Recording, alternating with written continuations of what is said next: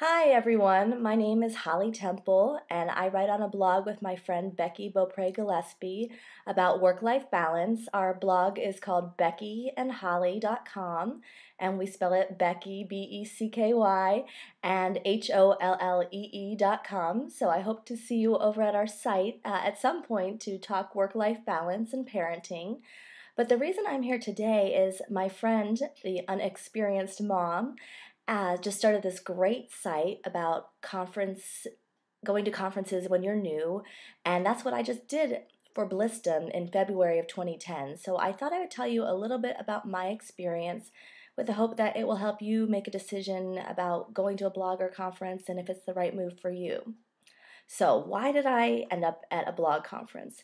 It's sort of a funny story because I was convinced that I would be the only law professor or lawyer at this conference, which I wasn't. And I felt like, wow, I'm really going to be out of place here.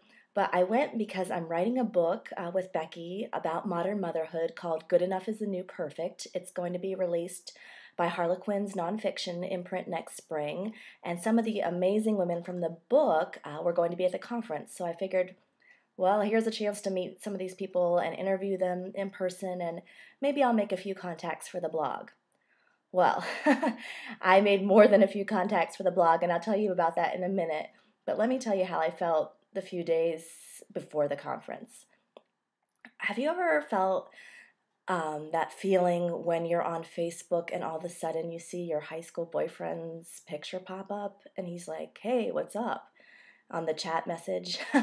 That's how I felt. I felt like all of a sudden I was my 16-year-old self, and I worried that, would I be liked and would I seem cool enough? Because some of these women seem so glamorous.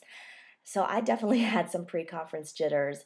And Allie Worthington, who was in charge of the conference, was very sweet to me. And some of her friends, Rachel from A Southern Fairy Tale, sent me notes. Don't worry, everybody will be friendly.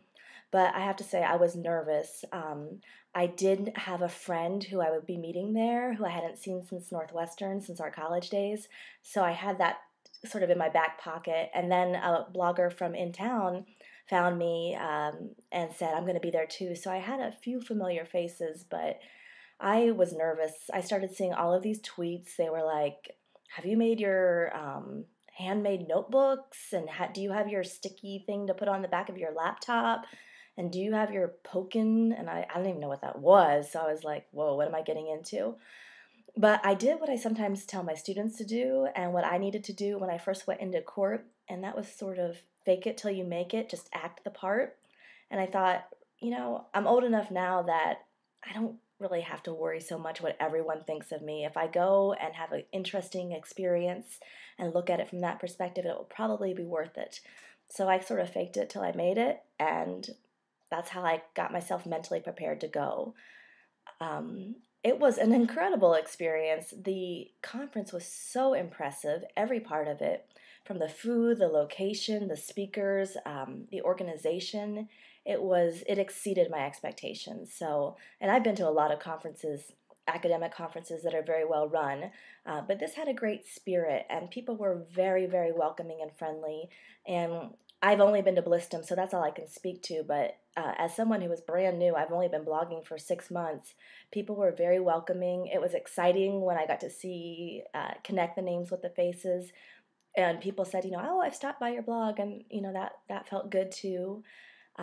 One other thing that I put in my notes here, I heard a lot of women kind of consoling each other about missing their children, and I totally related to that. When my kids were little, it was very hard for me to travel and go to conferences, and I'll never forget, my husband called me once. I took maybe 24 hours to go down to Fort Lauderdale to speak at a conference, and he called me at 8:30 at night, and I was on a bus to a conference event, and he said that my son Henry had climbed up on his changing table and was looking out the window, banging on the window, saying, Mama, Mama, and it broke my heart.